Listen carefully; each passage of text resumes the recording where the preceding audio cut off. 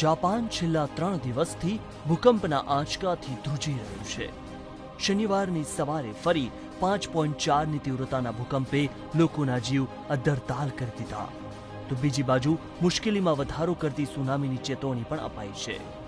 સુનામીની આગાહી આપતા જણાવાયું છે કે સમુદ્રના મોજા 3 ફૂટ સુધી ઊંચા ઉછળી શકે છે.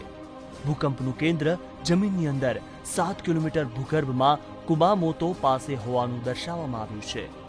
આ પૂર્વે ગુરુવારે દક્ષિણી ક્યુશુ દ્વીપમાં ભૂકંપના આંચકા અનુભવાયા હતા, જેમાં 29 લોકોના મોત નીપજ્યા હતા, જ્યારે 800 કરતાં વધુ લોકો ઇજાગ્રસ્ત થયા હતા. હજુ પણ કેટલીક જિંદગી કાટમાળમાં દટાઈ હોવાની આશંકા સેવાઈ રહી છે. એક પછી એક આવતા આંચકાએ કુમામોતોમાં ભારે નુકસાન કર્યું છે, જેના પગલે જાપાનના પ્રાઇમ મિનિસ્ટર શિન્જો અસરગ્રસ્ત વિસ્તારની મુલાકાત લેશે. Team international, દિવ્યભાસ્કર.com